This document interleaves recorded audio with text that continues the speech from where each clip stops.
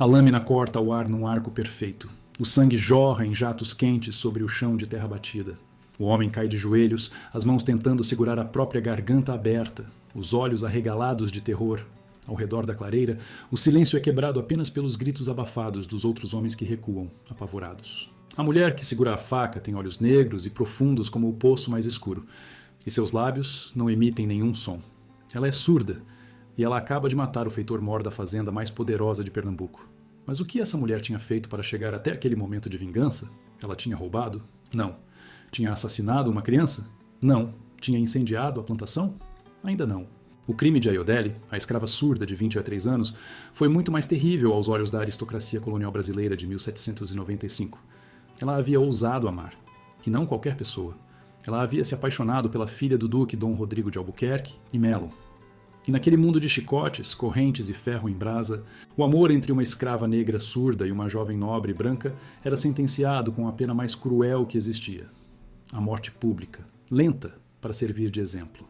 Esta história não termina com morte, termina com justiça, com sangue derramado de quem merecia derramar, com uma vingança tão perfeita que se tornou lenda. E eu vou contar cada detalhe para vocês. Mas antes de continuar, me diga uma coisa. De onde você está assistindo? Escreve aí nos comentários a sua cidade, o seu estado, porque essa história, veja bem, aconteceu em Pernambuco há mais de 200 anos, mas poderia ter acontecido em qualquer lugar do Brasil. Do Maranhão ao Rio Grande do Sul, a escravidão manchou cada centímetro desta terra com sangue, suor e lágrimas. E saber de onde você vem me ajuda a entender como essas histórias chegam até vocês, como elas tocam corações em todo o país. Se você ainda não é inscrito no canal, se inscreve agora e ativa o sininho. Porque histórias como essa, de resistência, de amor proibido e de vingança justa, eu trago toda semana. E você não vai querer perder nenhuma. Agora me acompanha porque a gente vai voltar no tempo para um Brasil que muita gente prefere esquecer, mas que a gente precisa lembrar. Ano de 1795. Faz apenas 3 anos que a Revolução Francesa guilhotinou seus reis e nobres, mandando ondas de pânico pela aristocracia europeia. No Brasil, colônia de Portugal, os senhores de engenho tremem com medo de que ideias de liberdade e igualdade cheguem aos ouvidos dos escravizados. E por isso, o controle se torna ainda mais brutal. As punições, ainda mais cruéis. O terror, a ferramenta principal de manutenção da ordem. Naquela época, o Brasil tinha mais de 1 milhão de africanos escravizados.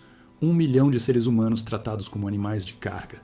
Trabalhavam de sol a sol nas plantações de cana, nas minas de ouro, nas casas grandes. Eram açoitados por qualquer coisa. Por olhar nos olhos dos senhores, por trabalhar devagar, por adoecer, por respirar errado, as mulheres eram violentadas sistematicamente. As crianças eram separadas das mães antes mesmo de completarem 1 ano. Os homens eram marcados a ferro quente como gado. E a lei? A lei permitia tudo isso. A igreja? A igreja abençoava os grilhões. A sociedade? A sociedade considerava normal. Você precisa entender isso. Naquele tempo, a crueldade não era exceção. Era a regra. A casa grande do duque Dom Rodrigo ficava no interior de Pernambuco, a cerca de 3 dias de cavalo do Recife. Era uma construção imponente de pedra e cal, com 2 andares, varandas largas e jardins que pareciam ter saído direto de Portugal. Mas por trás daquela beleza toda, existia um inferno. Nas senzalas que cercavam a propriedade, mais de 200 pessoas viviam amontoadas em barracões, sem janelas, dormindo no chão de terra, recebendo apenas farinha de mandioca e um pedaço de carne seca por dia. Dom Rodrigo de Albuquerque era um homem de aproximadamente 50 anos quando essa história aconteceu. Alto, magro, sempre vestido com roupas importadas de Lisboa, ele tinha fama de ser um nobre refinado entre seus pares. Organizava jantares elegantes, citava filósofos franceses, tocava cravo. Mas nos fundos de sua propriedade, ele mantinha o que chamava de senzala de correção. Ali, ele mesmo torturava pessoalmente os escravizados que considerava problemáticos. Quebrava dedos com martelo, arrancava unhas com alicate, queimava pele com ferro em brasa.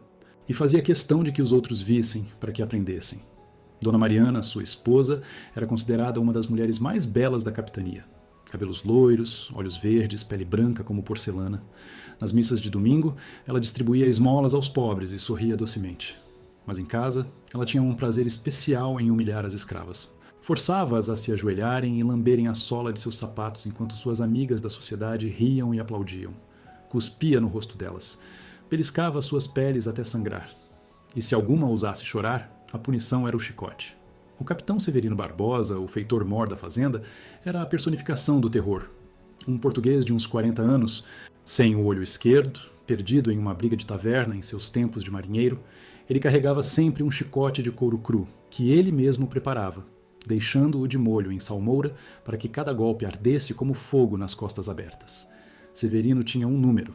Cada escravizado devia receber pelo menos 3 chicotadas por semana, apenas para manter a disciplina, mesmo que não tivesse feito nada de errado. E tinha o Padre Inácio. O Padre Inácio merece um parágrafo só para ele. Capelão da família Albuquerque, ele celebrava missa todos os domingos na capela particular da fazenda. Pregava sobre amor ao próximo, perdão, misericórdia. Mas à noite, na sacristia, ele violentava escravas adolescentes. Usava sua posição de autoridade religiosa como escudo. Quem ia acreditar na palavra de uma escrava negra contra um padre respeitado? Ninguém. E ele sabia disso. Esses eram os senhores do inferno onde Aiodele viveu, e sobreviveu, e planejou sua vingança. Todo dia começava antes do sol nascer. Um sino tocava às 4:30 da manhã. Quem não estava de pé, em 5 minutos, recebia chicotadas. As mulheres corriam para a casa grande preparar o café da manhã dos senhores. Os homens seguiam para os canaviais com suas ferramentas. As crianças acima de 6 anos iam para trabalhos mais leves, como cuidar das galinhas ou carregar água. O cheiro era de suor misturado com melaço de cana. O som era de gemidos abafados, ordens gritadas, chicotes estalando. Aiodele não ouvia nada disso. Mas seus outros sentidos eram aguçados. Ela sentia a vibração dos passos pesados de Severino antes de vê-lo. Percebia a tensão no ar quando Dona Mariana estava de mau humor. Lia nos lábios de todos ao seu redor, entendendo conversas que ninguém sabia que ela compreendia. E foi assim, observando em silêncio, que ela aprendeu os segredos de todos. Foi assim que ela descobriu as fraquezas. Foi assim que ela começou a planejar. Mas para entender como Aiodele chegou até aquele ponto, a gente precisa voltar ainda mais no tempo. A gente precisa conhecer quem ela era antes do ódio, antes da vingança, quando ela ainda era apenas uma menina. Aiodele nasceu em 1772, na própria fazenda dos Albuquerque. Sua mãe, a Beni, tinha sido trazida da Costa da Mina anos antes, ainda adolescente. O nome Aiodele, na língua iorubá, que a Beni falava, significa alegria chegou ao mundo. Mas havia pouca alegria naquele mundo. Aiodele nasceu surda, talvez por uma febre que a Beni teve durante a gravidez, talvez simplesmente porque nasceu assim, ninguém sabia ao certo. Quando Aiodele tinha apenas 5 anos, ela viu pela primeira vez o que significava ser propriedade de alguém. Um escravo chamado Coffee tentou fugir.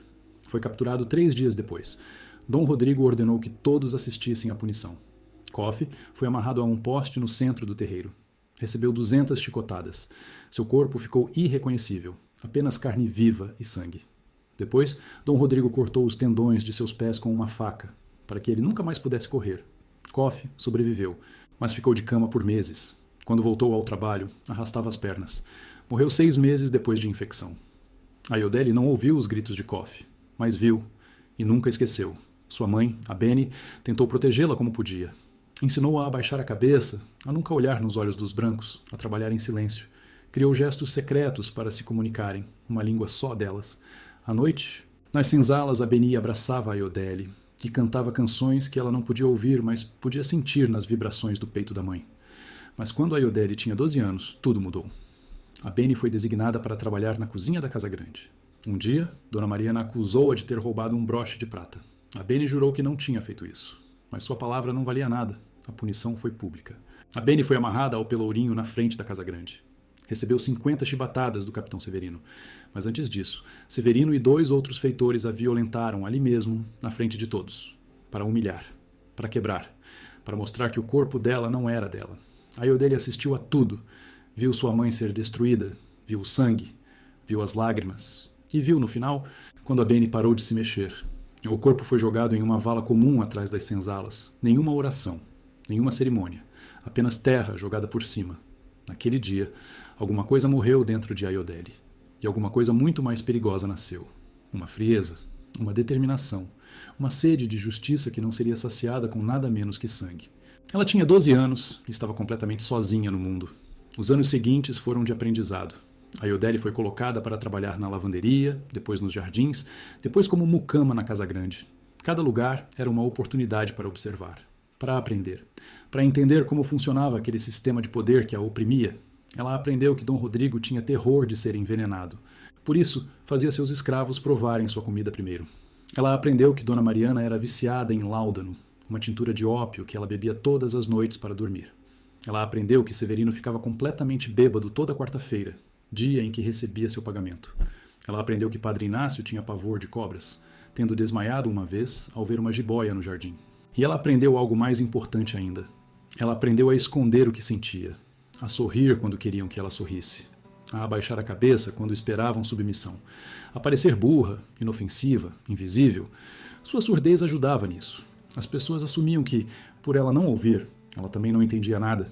Falavam abertamente na frente dela, revelando segredos, planejando crueldades, confessando medos. A Iodele guardava tudo. Cada informação era uma arma que ela acumulava para um dia usar. Quando ela tinha 16 anos, sofreu sua primeira violência sexual. Padre Inácio a chamou para a sacristia, dizendo que precisava de ajuda para organizar os livros de oração. Quando ela entrou, ele trancou a porta. A Iodele tentou resistir, mas ele era mais forte. Depois, enquanto ela chorava no chão, ele lhe disse com um sorriso: "Você não vai contar para ninguém, vai? Quem vai acreditar em uma surda?" Ele estava certo. Ninguém acreditaria.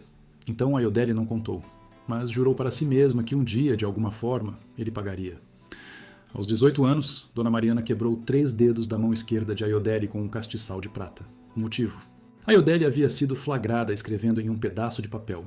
Isabel, a filha do duque, havia lhe ensinado o alfabeto em segredo. Dona Mariana considerou isso uma afronta intolerável. "Escrava não precisa saber ler", ela gritou enquanto esmagava os dedos de Iodele. "Escrava precisa trabalhar." Os dedos curaram tortos. A Iodele nunca mais conseguiu movê-los direito. Mas continuou escrevendo, agora ainda mais escondida. Aos 20 anos, foi marcada a ferro quente. Dom Rodrigo estava mostrando a propriedade para um visitante de Portugal, um conde que pensava em investir em plantações no Brasil. Ele apontou para a Iodele e disse: "Esta aqui é surda, defeituosa, mas serve para trabalhos domésticos." O conde sugeriu que ela fosse marcada, para que outras fazendas soubessem que ela tinha defeito, caso tentasse fugir. Dom Rodrigo concordou. Aqueceram o ferro ali mesmo, pressionaram contra o ombro esquerdo de Iodele. Ela não gritou, afinal gritar nunca resolvera nada, mas a dor foi indescritível. A cicatriz ficou para sempre, a letra A de Albuquerque. Cada ferida, cada humilhação, cada violência. A Iodele engolia em silêncio e acrescentava à conta que um dia seria cobrada. Mas então, quando ela tinha 21 anos e já não acreditava mais que existisse qualquer coisa boa naquele mundo de horrores, ela conheceu Isabel. E pela primeira vez desde a morte de sua mãe, a Iodele sentiu algo além de ódio. Ela sentiu amor. Isabel de Albuquerque tinha 19 anos quando realmente notou a Iodele pela primeira vez. Claro, ela sempre havia visto a escrava surda circulando pela casa, mas nunca tinha realmente olhado. Não até aquela tarde de março de 1793, quando Isabel estava na biblioteca e deixou cair um livro. A Iodele estava limpando o corredor. Ela viu o livro cair, entrou, pegou-o e o devolveu para Isabel. Seus olhos se encontraram. E naquele momento, alguma coisa passou entre elas. Algo impossível de explicar, mas impossível de negar. Isabel era uma prisioneira em uma gaiola dourada. Filha única, ela havia sido criada para se tornar esposa de algum nobre português, para gerar herdeiros, para sorrir docemente em jantares. Mas ela odiava aquela vida. Odiava essa hipocrisia, a crueldade disfarçada de refinamento, o vazio existencial de uma vida sem propósito além de enfeitar salões. Ela começou a procurar desculpas para estar onde a Iodele estivesse. Pedia para ela arrumar seu quarto. Chamava-a para ajudar a escolher vestidos, e aos poucos, muito aos poucos, elas desenvolveram uma forma de comunicação. Isabel aprendeu os gestos que a Iodele usava. A Iodele ensinou Isabel a usar as mãos para falar. Elas criaram sinais secretos que ninguém mais entendia. Um toque no ombro significava cuidado. 2 toques na mão significava depois.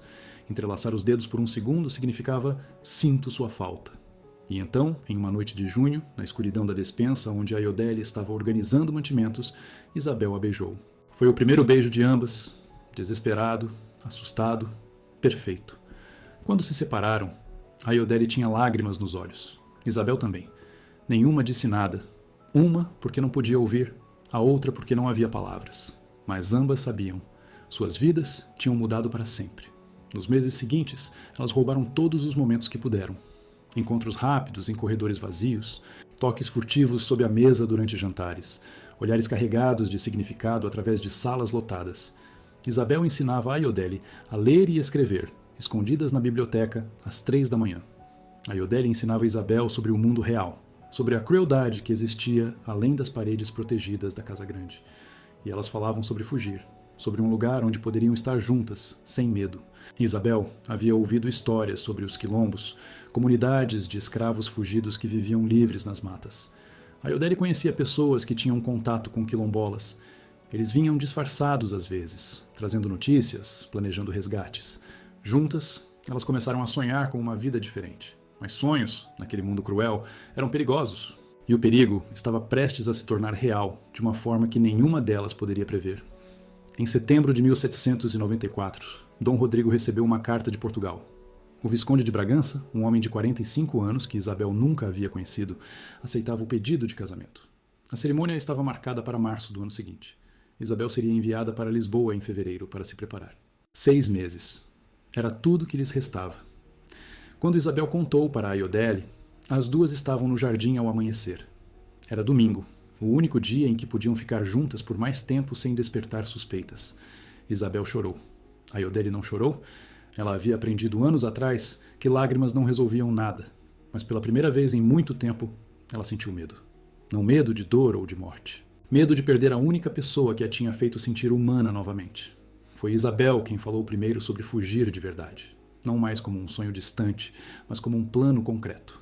Ayodele conhecia um homem chamado João, um escravo de fazenda vizinha que mantinha contato com o quilombo dos Palmares Novos, uma comunidade a 3 dias de caminhada na mata fechada. João podia ajudá-las, mas precisavam de dinheiro, de comida, de armas e precisavam de tempo. Ayodele começou a planejar. Roubou facas da cozinha, uma por vez, escondendo-as em lugares diferentes. Isabel roubou moedas de ouro do escritório do pai, algumas de cada vez, para não ser notado. Guardou também joias que poderia vender ou trocar. Ayodele conversou com João através de gestos e papéis escritos. O plano era simples. Fugiriam na última semana de janeiro, antes que Isabel fosse enviada para o Recife. Mas os planos, por melhores que sejam, dependem de uma coisa: sorte. E a sorte delas estava prestes a acabar. Em novembro, algo mudou na Casa Grande. Dona Mariana começou a observar Isabel com mais atenção. A duquesa não era burra. Ela percebeu que a filha estava diferente, mais animada, mais atenta, menos dócil.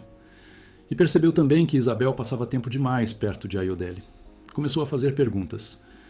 Por que você sempre pede aquela surda para arrumar seu quarto? Existem outras mucamas. Isabel respondia com mentiras vagas.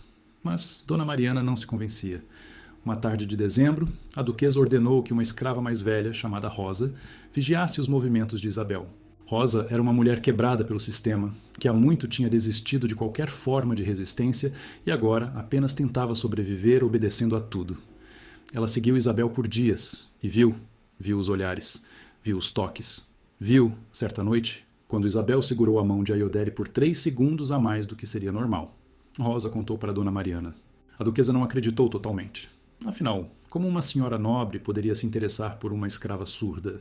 Impossível. Mas ela decidiu testar. Ordenou que Ayodele fosse transferida para trabalhar nos canaviais, longe da Casa Grande. Queria ver como Isabel reagiria. Isabel reagiu mal, muito mal. Ela confrontou a mãe pela primeira vez na vida. Por que você mandou Ayodele embora? Ela trabalhava bem. Eu quero ela de volta. Dona Mariana sorriu friamente. Você quer ela de volta? Por que exatamente? Isabel percebeu o erro tarde demais. Gaguejou, tentou se explicar, mas já tinha se entregue. Dona Mariana sabia. A duquesa não contou imediatamente para Dom Rodrigo.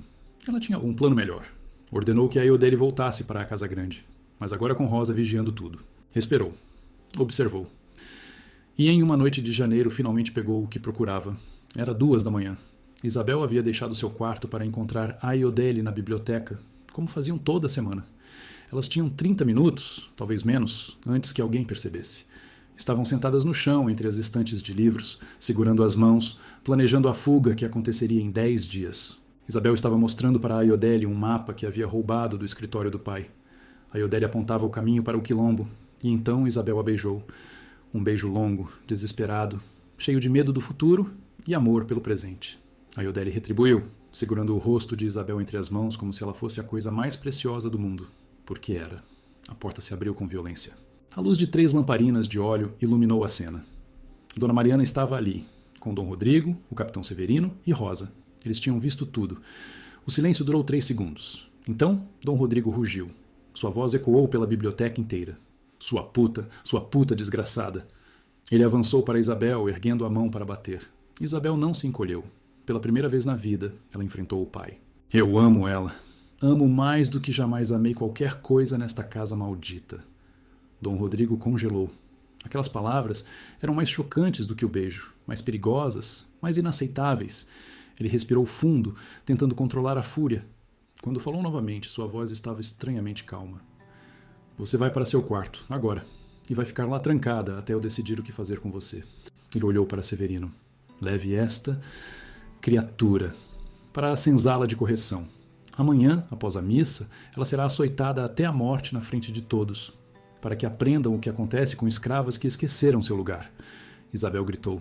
Tentou se jogar na frente de Aiodele, mas Dona Mariana a segurou com força surpreendente. Severino agarrou Aiodele pelos braços, torcendo-os para trás com brutalidade. Aiodele não resistiu, não gritou. Seus olhos apenas encontraram os de Isabel por um último momento. E naquele olhar, Isabel viu algo que a aterrorizou. Resignação. Aiodele estava aceitando a morte. Mas Isabel não aceitava. Não aceitaria nunca. Arrastaram Aiodele para a senzala de correção, um barracão isolado onde Dom Rodrigo guardava os instrumentos de tortura. Acorrentaram seus pulsos à parede, com as mãos acima da cabeça, os pés mal tocando o chão. Severino deu 3 chibatadas de cortesia, rasgando a camisa e abrindo a pele das costas de Aiodele. Isso é só um aperitivo, ele disse rindo. Amanhã você vai receber 200. Ninguém sobrevive a 200. Ele cuspiu no rosto dela e saiu, trancando a porta. Aiodele ficou sozinha no escuro. Suas costas ardiam. Seus braços gritavam de dor pela posição, mas sua mente estava estranhamente clara. Ela não tinha medo de morrer. Já havia morrido tantas vezes, quando viu sua mãe ser assassinada, quando foi violentada, quando foi marcada como gado. Morrer de verdade seria quase um alívio. O que a quebrava era imaginar Isabel tendo que assistir. Isabel, que tinha mãos macias e coração suave, tendo que ver o corpo da mulher que amava sendo despedaçado pelo chicote. Isso sim era insuportável. Mas então, por volta das 4 da manhã, Aiodele ouviu algo. Não ouviu realmente. Ela era surda, mas sentiu. Sentiu a vibração de passos leves se aproximando. Sentiu a porta sendo destrancada. E quando abriu os olhos, viu Isabel. A jovem nobre estava descalça, usando apenas a camisola, o cabelo solto caindo sobre os ombros. Nos olhos, uma determinação que Aiodele nunca tinha visto antes. Isabel segurava um molho de chaves, roubado do quarto dos pais enquanto eles dormiam, e uma faca de cozinha. Isabel destrancou as correntes. Aiodele caiu nos braços dela, as pernas bambas depois de horas suspensa. Isabel a abraçou com força, chorando em silêncio para não fazer barulho. Depois, segurou o rosto de Aiodele e falou, sabendo que ela leria seus lábios. Não vou deixar você morrer. Vamos fugir. Agora. Aiodele quis discutir. Quis dizer que era impossível, que seriam pegas, que Isabel seria punida também. Mas nos olhos de Isabel ela viu verdade. Não havia outra escolha. Ou fugiam juntas, ou morriam juntas. Aiodele assentiu. Elas se moveram pela escuridão como fantasmas. Aiodele, apesar da dor nas costas, conhecia cada centímetro daquele terreno. Levou Isabel até um ponto específico da cerca que ela sabia ser frouxo. Empurraram, a madeira cedeu, e elas passaram. Correram em direção à mata. Quando o sol nasceu, já estavam a 2 horas de distância da fazenda. Foi às 7 da manhã que descobriram a fuga. Uma escrava foi levar água para Aiodele e encontrou a cela vazia. O alarme foi dado. Dom Rodrigo, quando descobriu que Isabel também havia desaparecido, entrou em fúria como nunca. Quebrou móveis, gritou que ia matar pessoalmente aquela escrava maldita. Dona Mariana, mais prática, organizou a caçada. Capitão Severino reuniu 6 capangas armados com mosquetes e facões. Padre Inácio insistiu em ir junto. É dever cristão resgatar a pobre menina das garras daquela criatura demoníaca, ele disse. Dom Rodrigo, é claro, liderou a perseguição. Eles tinham cavalos, armas, cães farejadores. Aiodele e Isabel estavam a pé, feridas, sem provisões adequadas. Era questão de tempo. Mas Aiodele tinha algo que eles não tinham. Ela conhecia a mata. Durante anos, nos raros momentos de folga, ela havia explorado as trilhas, conversado com quilombolas de passagem, aprendido quais plantas eram comestíveis, onde havia água limpa. Ela guiou Isabel por caminhos que os cavalos não conseguiriam seguir. Atravessaram riachos para confundir os cães. Cobriram seus rastros com folhas. Conseguiram ganhar tempo, um dia inteiro. Mas no fim da tarde do segundo dia, quando estavam atravessando uma clareira ampla, ouviram o barulho inconfundível de cavalos se aproximando. Não tinha para onde correr. A clareira era aberta demais. A mata mais próxima estava a 100 metros. Elas não chegariam lá a tempo. Ayodele pegou a faca que Isabel carregava e empurrou a jovem para trás de si, colocando-se como escudo. Se ia morrer, pelo menos morreria protegendo quem amava. Os cavalos irromperam na clareira. Dom Rodrigo, Severino, Padre Inácio e os 6 capangas, todos armados, todos furiosos. Eles cercaram as 2 mulheres, formando um círculo que se fechava lentamente. Dom Rodrigo desmontou, caminhando em direção a elas com passos medidos. Seu rosto estava vermelho de raiva, as mãos tremendo. Isabel, ele disse, a voz baixa e perigosa, venha aqui, agora, e talvez apenas talvez eu não a tranque em um convento pelo resto de sua vida. Isabel não se moveu. Ficou ao lado de Ayodele segurando sua mão. Não, ela respondeu. Não vou deixá-la. Dom Rodrigo riu. Um riso sem humor, apenas desprezo. Você não tem escolha, menina tola. Olhou para Severino. Mate a escrava. Agora. E traga minha filha de volta. Severino desmontou, sorrindo. Desembainhou um facão longo. Avançou em direção a Ayodele, os outros homens abrindo espaço. Vai ser um prazer, ele disse. E então Severino tropeçou. Simplesmente tropeçou, o pé se enroscando em algo e caiu de cara no chão. Os outros riram, mas o riso morreu quando viram o que o tinha derrubado. Uma corda habilmente escondida entre as folhas. E antes que alguém pudesse processar o que isso significava, Ayodele se moveu. Ela havia planejado isso. Durante meses, sempre que vinha para a mata buscar ervas medicinais ou lenha, ela havia preparado armadilhas, cordas ocultas, buracos disfarçados. Ela sabia que um dia poderia precisar fugir, e sabia que quando fugisse seria perseguida, então tinha se preparado. Ayodele saltou sobre Severino caído. A faca que Isabel havia roubado era pequena, mas afiada. Ayodele a enfiou na garganta do feitor com força brutal, puxando de lado, abrindo a artéria carótida. O sangue jorrou em jatos quentes. Severino tentou gritar, mas apenas engasgou com o próprio sangue. Seus olhos se arregalaram. Suas mãos foram para a garganta, tentando inutilmente conter a hemorragia. Em 30 segundos, estava morto. O silêncio na clareira era absoluto. Ninguém esperava por isso. Uma escrava surda acabara de matar o feitor mor da fazenda mais poderosa de Pernambuco, com as próprias mãos, sem hesitar. Então o caos explodiu. 2 capangas avançaram para Ayodele, mas tropeçaram nas mesmas cordas que Severino havia encontrado. Um caiu em um buraco raso, cheio de estacas de bambu afiadas, gritando quando as pontas perfuraram suas pernas. O outro conseguiu se levantar, mas Ayodele já tinha arrancado o facão da mão do cadáver de Severino. Ela se moveu com velocidade surpreendente, velocidade de quem tinha sido treinada, porque ela tinha. Durante os últimos 6 meses, toda vez que João vinha da fazenda vizinha, ele trazia um quilombola consigo. E esse quilombola, um homem chamado Zumbi, em homenagem ao lendário líder, havia ensinado a Ayodele a lutar, como empunhar uma lâmina, onde cortar para matar rápido, como usar o peso do adversário contra ele. Ayodele cortou o pescoço do capanga em um movimento limpo. Mais sangue, mais morte. E pela primeira vez em sua vida, ela não sentiu nada além de satisfação fria. Padre Inácio, vendo 2 homens mortos em menos de 1 minuto, entrou em pânico. Ele virou seu cavalo e começou a fugir. Mas Ayodele tinha preparado algo especial para ele. Ela assobiou, um som agudo que ela não podia ouvir, mas sabia como produzir. Era um sinal. Das árvores ao redor da clareira, 3 figuras emergiram. Quilombolas, Zumbi e 2 outros homens, todos armados com arcos e flechas. Eles haviam seguido Ayodele e Isabel desde que as 2 fugiram, mantendo distância, esperando o momento certo para intervir. João havia avisado o quilombo, e o quilombo não abandonava os seus. Uma flecha atravessou a perna do cavalo de Padre Inácio. O animal caiu, jogando o padre no chão com violência.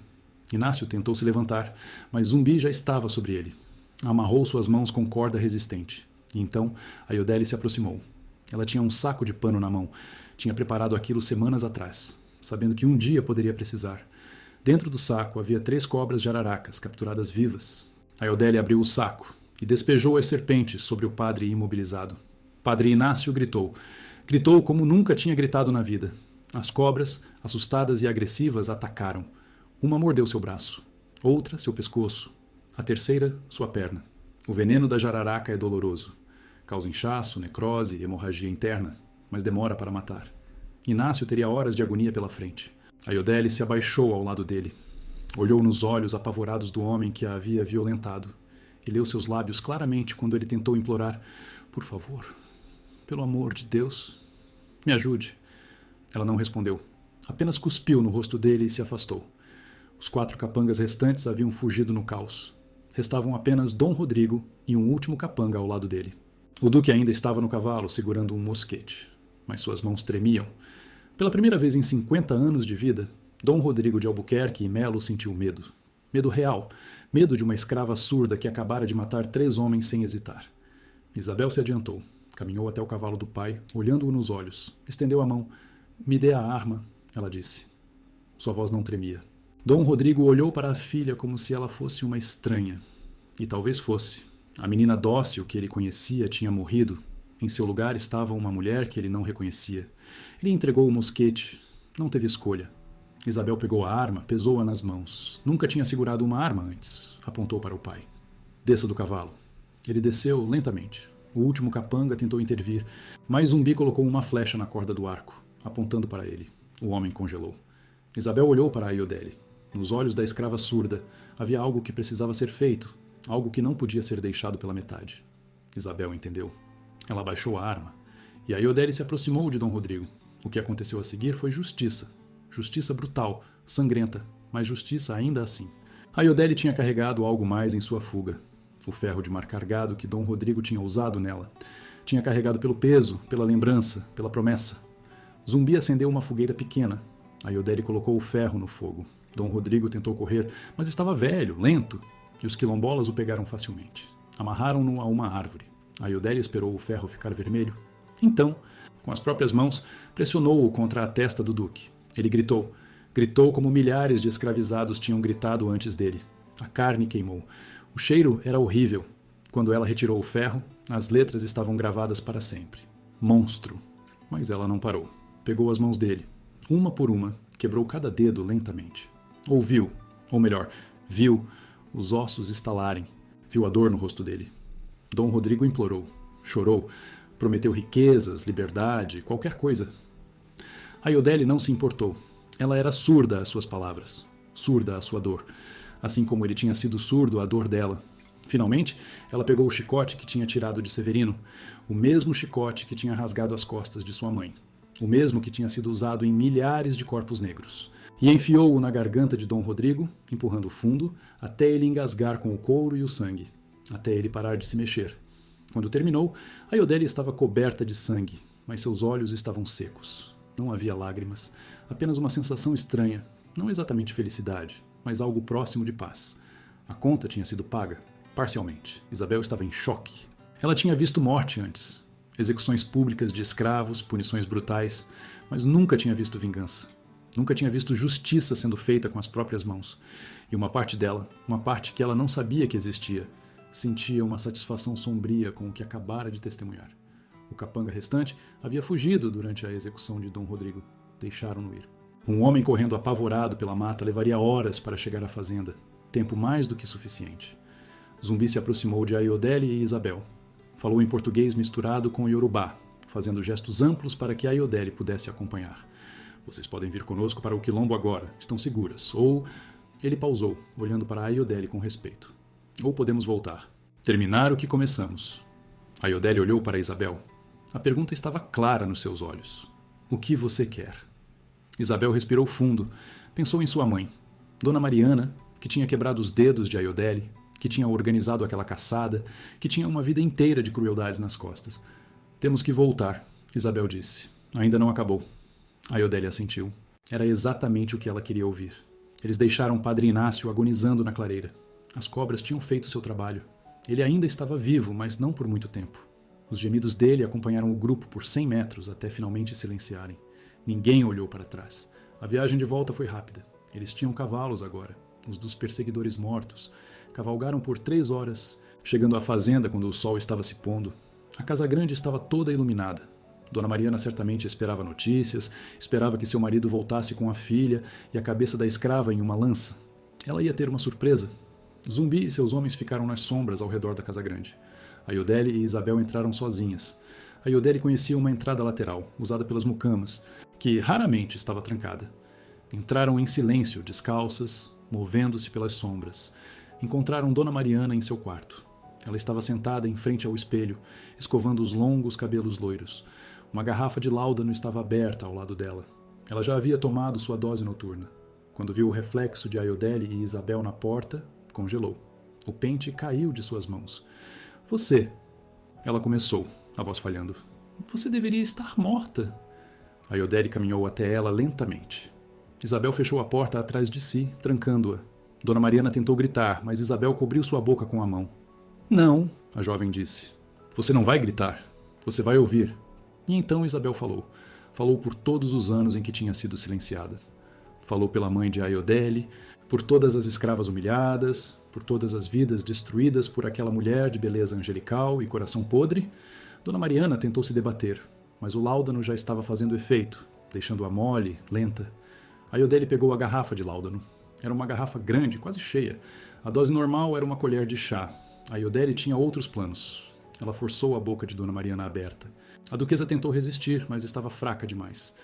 Ayodele despejou o conteúdo inteiro da garrafa garganta abaixo. Dona Mariana engasgou, cuspiu, mas a maior parte desceu. Ópio em excesso é uma morte lenta. Primeiro vem a euforia, depois a sonolência, depois a parada respiratória. Pode levar horas. Horas de agonia consciente, sentindo o corpo desligar aos poucos, incapaz de fazer qualquer coisa para impedir. Elas deixaram Dona Mariana no chão, já começando a convulsionar. Seus olhos verdes, antes tão cheios de desprezo, agora apenas mostravam terror. Ayodele se abaixou ao lado dela uma última vez. Segurou seu rosto, forçando a duquesa a olhá-la nos olhos. E com gestos lentos, claros, que mesmo Dona Mariana conseguiu entender, disse: Você merece. Isso. Então saíram do quarto e trancaram a porta por fora. O próximo passo era libertar os outros. Ayodele correu para as senzalas. Eram quase 8 da noite, e os escravizados estavam se preparando para dormir depois de mais um dia brutal de trabalho. Quando viram Ayodele, coberta de sangue, olhos brilhando com algo selvagem, alguns tiveram medo, mas então ela começou a gesticular, a explicar. Isabel entrou atrás dela, confirmando tudo. Dom Rodrigo está morto. Severino está morto. Dona Mariana está morrendo. Vocês estão livres, livres de verdade. As palavras demoraram para processar. Livres? Como assim livres? Alguns choraram. Outros riram descontroladamente. Muitos simplesmente ficaram em silêncio, incapazes de acreditar. Uma mulher idosa chamada Benedita, que tinha passado 60 anos escravizada, tocou o rosto de Ayodele com mãos trementes. É verdade? De verdade mesmo? Ayodele assentiu. E então Benedita caiu de joelhos e chorou como nunca tinha chorado na vida. Chorou pela vida roubada, pelos filhos perdidos, pelas décadas de dor. Mas também chorou de alívio, porque finalmente, depois de 60 anos, estava livre. Ayodele ajudou-a a se levantar. E então, com gestos amplos que todos puderam entender, deu instruções. Peguem comida, peguem ferramentas, peguem tudo o que precisarem. E então corram. Para o quilombo, para outras fazendas, para onde quiserem. Mas corram, porque quando as autoridades descobrissem o que tinha acontecido, viriam com força total. Mas antes de ir, Ayodele tinha uma última coisa a fazer. Ela pegou uma tocha da senzala, caminhou até a casa grande. Isabel tentou detê-la. Ayodele, não. Minha mãe ainda está lá dentro. Ayodele olhou para ela. Seus olhos perguntaram claramente. E daí? Isabel abriu a boca para argumentar, depois fechou. Ela pensou em tudo que sua mãe tinha feito, em todas as vidas arruinadas, e percebeu que Ayodele estava certa. Justiça nem sempre é bonita. Às vezes, justiça é fogo. Ayodele jogou a tocha na sala principal da casa grande. As cortinas pegaram fogo imediatamente. O fogo se espalhou rápido, lambendo as paredes, subindo pelas escadas. Ela jogou mais tochas nas plantações de cana ao redor. Décadas de trabalho escravo, décadas de lucro manchado de sangue, tudo virando cinzas. Do quarto trancado no segundo andar, podiam ouvir batidas fracas na porta. Dona Mariana, ainda viva, tentando escapar. As batidas ficaram mais fracas, depois pararam. O fogo engoliu o quarto, engoliu a casa grande inteira, engoliu tudo que aquela família representava. Ayodele ficou parada, observando as chamas subirem para o céu noturno. Isabel ao seu lado, segurando sua mão. Os 200 e tantos escravizados recém-libertados ao redor deles, também observando. Era catártico, era justiça, era o fim de uma era de horror. Quando o teto da casa grande desabou em uma explosão de fagulhas e fumaça, Ayodele finalmente se virou. Olhou para os rostos ao seu redor. E pela primeira vez em 11 anos, desde que sua mãe morreu, Ayodele sorriu. Um sorriso verdadeiro, um sorriso de liberdade. Eles partiram antes da meia-noite. Mais de 150 pessoas seguiram Ayodele e Isabel até o quilombo. Outros fugiram em direções diferentes, buscando famílias separadas ou simplesmente querendo se perder no mundo. Alguns dos mais velhos, como Benedita, escolheram ficar e enfrentar as consequências. Vivi 60 anos como escrava, ela disse. Se vou morrer, que seja como mulher livre, pisando na terra que trabalhei. Você consegue imaginar Consegue imaginar o que era caminhar para a liberdade depois de uma vida inteira de cativeiro? Eu sei que é difícil. A gente hoje reclama de chefe ruim, de salário baixo, de trabalho cansativo, mas a gente volta para casa. A gente tem escolhas. Eles não tinham nada. E naquela noite, pela primeira vez, tinham tudo. A caminhada até o quilombo levou 4 dias. Zumbi e seus homens guiaram o grupo, conhecendo trilhas secretas, lugares seguros para descansar. No caminho, encontraram outros quilombolas que se juntaram a eles. Quando finalmente chegaram ao quilombo dos Palmares Novos, o grupo tinha mais de 200 pessoas. O quilombo era uma comunidade real. Casas construídas de madeira e barro, plantações organizadas, crianças correndo livres. Havia um líder, um homem chamado Ganga Zumba, descendente do legendário Zumbi dos Palmares. Quando ele ouviu a história de Ayodele, como ela tinha matado os opressores, libertado 200 escravizados e queimado uma das maiores fazendas de Pernambuco, seus olhos brilharam com orgulho. Você não é apenas livre, ele disse, sabendo que Ayodele leria seus lábios. Você é guerreira, você é heroína e será sempre bem-vinda aqui. Ayodele e Isabel construíram uma casa pequena na borda do quilombo. Viveram juntas ali, abertamente, sem medo. Ninguém julgava, ninguém condenava. Amor era amor, independente de quem você amasse. Ayodele ensinou outras pessoas surdas no quilombo a linguagem de sinais que ela havia desenvolvido. Isabel abriu uma pequena escola, ensinando crianças a ler e escrever. Algo proibido para escravos, mas essencial para pessoas livres. As notícias do que tinha acontecido na fazenda Albuquerque se espalharam pelo Brasil colonial como fogo. As autoridades enviaram expedições para encontrar os responsáveis, mas o quilombo era bem escondido, bem defendido. Histórias sobre Ayodele, a vingadora silenciosa, começaram a circular nas senzalas. Diziam que ela era uma guerreira enviada pelos orixás para punir os opressores. Diziam que ela não sentia dor, não sentia medo. Diziam que qualquer senhor de escravos que dormisse poderia acordar com ela ao lado de sua cama, uma lâmina na mão. Claro, a maioria era exagero, mas o medo era real. E o medo é uma ferramenta poderosa. Nos anos seguintes, outras revoltas aconteceram. Em fazendas por todo o Pernambuco, Bahia, Minas Gerais, escravizados que ouviram a história de Ayodele encontraram coragem para resistir. Alguns fugiram, outros se rebelaram. Alguns até mataram seus opressores, inspirados pelo exemplo dela. As autoridades tentaram suprimir as histórias. Padres da igreja pregavam que Ayodele era uma serva do demônio. Senhores de engenho puniam qualquer escravo que falasse seu nome. Mas você não pode matar uma lenda. Quanto mais tentavam apagá-la, mais ela crescia. Ayodele viveu no quilombo por 28 anos. Ela e Isabel nunca foram capturadas. Tiveram uma vida juntas, não uma vida fácil. Porque vida em quilombo nunca era fácil. Sempre havia o medo de ataques, de descoberta, de traição. Mas era a vida delas. Vida livre, vida com dignidade. Isabel morreu primeiro em 1821, aos 46 anos, de uma febre que os remédios do quilombo não conseguiram curar. Ayodele ficou ao seu lado até o fim, segurando sua mão, vendo nos lábios de Isabel as últimas palavras. Te amo. Valeu a pena. Cada momento valeu a pena. Quando Isabel fechou os olhos pela última vez, Ayodele finalmente chorou. Chorou por horas. Chorou como não tinha chorado desde que era criança. Enterraram Isabel em uma clareira bonita, sob uma árvore grande. Ayodele visitava o túmulo todo dia. Trazia flores silvestres. Sentava ao lado e conversava com Isabel, usando os gestos que só elas duas entendiam. Ayodele morreu 2 anos depois, em 1823, aos 51 anos. Dizem que foi dormindo, em paz, sonhando. Encontraram-na pela manhã com um sorriso no rosto, a mão estendida como se estivesse segurando a de alguém. Enterraram-na ao lado de Isabel. 2 mulheres que desafiaram tudo, classe, raça, gênero, deficiência, por amor. E venceram. O quilombo durou até 1850, quando finalmente foi destruído por uma grande expedição militar. Mas para então, muitos já tinham fugido, espalhando-se pelo país, levando as histórias, os ensinamentos, a memória de Ayodele consigo. E os antagonistas?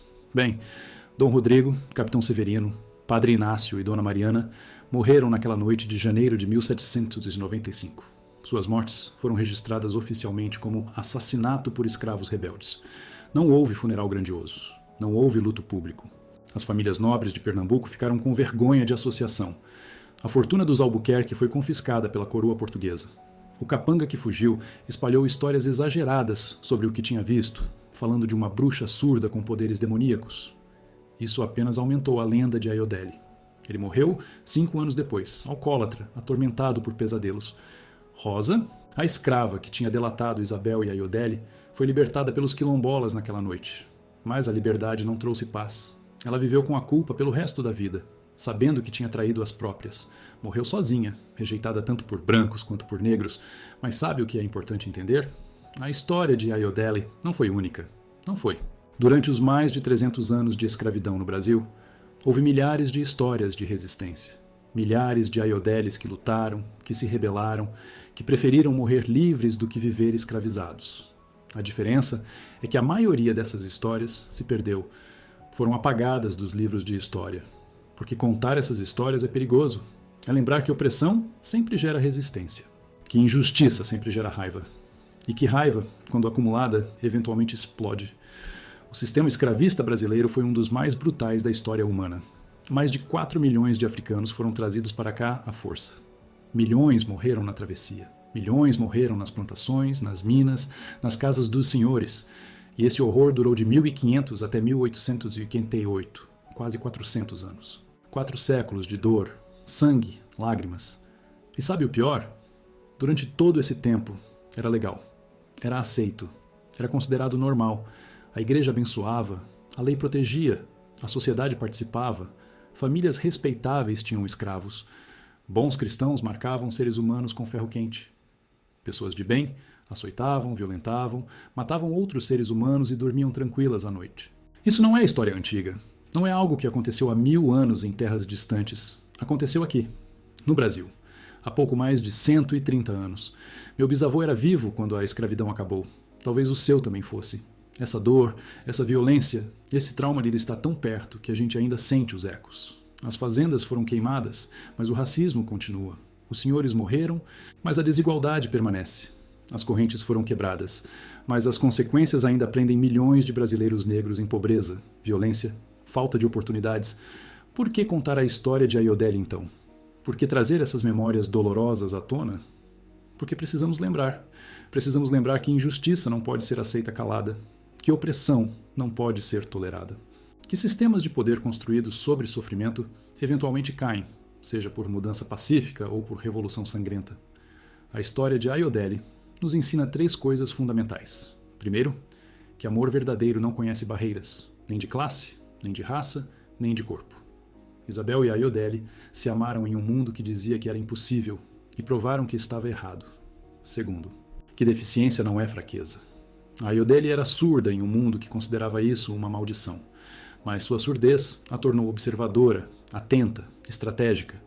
Ela transformou o que outros viam como limitação em força. Terceiro, e mais importante, que justiça às vezes precisa ser tomada, não esperada. Ayodele não esperou que o sistema mudasse, não esperou que os opressores tivessem pena. Ela tomou sua liberdade com as próprias mãos. E ao fazer isso, libertou 200 outras pessoas, inspirou milhares mais, tornou-se lenda. Ela não era santa. Ela matou, torturou, queimou.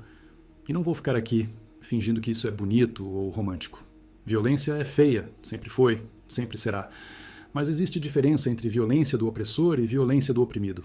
Uma destrói por prazer, por poder, por ganância. A outra destrói por necessidade, por sobrevivência, por justiça. Ayodele não tinha escolha. Ou lutava ou morria. E quando escolheu lutar, escolheu fazer direito. Escolheu não só se salvar, mas salvar outros. Não só sobreviver, mas viver. Não só escapar, mas vencer. E ela venceu. Viveu livre, amou livre, morreu livre. Em um mundo que tinha decretado que ela não merecia nada disso, ela pegou tudo. Com sangue nas mãos e fogo nos olhos, ela pegou a liberdade que lhe era negada e a transformou em legado. Hoje, quando a gente fala sobre racismo, sobre escravidão, sobre esse passado doloroso do Brasil, tem gente que quer esquecer. Ah, isso foi há muito tempo. Ah, vamos olhar para frente. Ah, por que ficar revirando o passado? Mas o passado não é algo separado de nós. O passado nos formou. As escolhas feitas há 200, 300 anos atrás ainda afetam nossas vidas hoje. Cada vez que uma pessoa negra é vista com suspeita, é eco da escravidão. Cada vez que uma mulher negra ganha menos que uma branca pelo mesmo trabalho, é eco da escravidão. Cada vez que um jovem negro é morto pela polícia sem julgamento, é eco da escravidão. As correntes físicas foram quebradas, mas as correntes psicológicas, sociais, econômicas, essas continuam. E por isso, histórias como a de Ayodele importam, porque nos lembram que resistência sempre existiu que nossos ancestrais não aceitaram a opressão passivamente, que lutaram, sangraram, morreram, mas lutaram. E que essa luta continua até hoje, de formas diferentes, mas continua. Se você chegou até aqui, se ouviu essa história toda, eu preciso te pedir uma coisa. Deixa um like nesse vídeo. Não por mim, mas pela memória de Ayodele. Pela memória de todos os Ayodeles que existiram e foram esquecidos. Cada like é uma forma de dizer: eu vi, eu ouvi, eu lembro. Compartilha com seus amigos, com sua família, especialmente com os jovens, porque eles precisam saber. Precisam saber que a história do Brasil não é só Cabral, não é só independência, não é só coisas bonitas e heróicas. É também Ayodele. É também sangue, suor, resistência. Se você ainda não é inscrito no canal, se inscreve agora e ativa o sininho. Toda semana eu trago histórias assim. Histórias de gente que foi apagada dos livros, mas que merece ser lembrada. Histórias de resistência, de coragem, de justiça. E me conta aqui nos comentários. O que você achou dessa história? Você conhecia casos parecidos? Tem histórias na sua família, na sua região, de resistência à escravidão? Compartilha com a gente, porque essas histórias precisam ser contadas, recontadas, espalhadas. Quanto mais gente souber, mais difícil é esquecer. Outra pergunta. Você acha que a vingança de Ayodele foi justificada? Ou foi longe demais? Não tem resposta certa, viu? É uma questão complicada, mas quero saber o que você pensa. Escreve aí embaixo. E uma última coisa. Se essa história te tocou, se te fez sentir alguma coisa, raiva, tristeza, esperança, o que for, não guarda só para você. Fala com as pessoas ao seu redor, porque mudança não acontece no silêncio. Mudança acontece quando a gente se recusa a esquecer, quando a gente se recusa a aceitar injustiça, quando a gente escolhe lutar por um mundo melhor. Ayodele era surda, mas sua voz ecoa até hoje. Ecoa nas histórias, nas memórias, nos corações de quem se recusa a aceitar opressão. E enquanto a gente contar essas histórias, enquanto a gente lembrar, essa voz nunca vai silenciar. Obrigada por ter ficado até o final. Obrigada por ouvir. Obrigada por lembrar. A gente se vê no próximo vídeo. E até lá, não esquece, justiça não é algo que a gente espera, é algo que a gente luta para conquistar. Um beijo no coração de cada um de vocês. E que a coragem de Ayodele inspire a coragem de todos nós.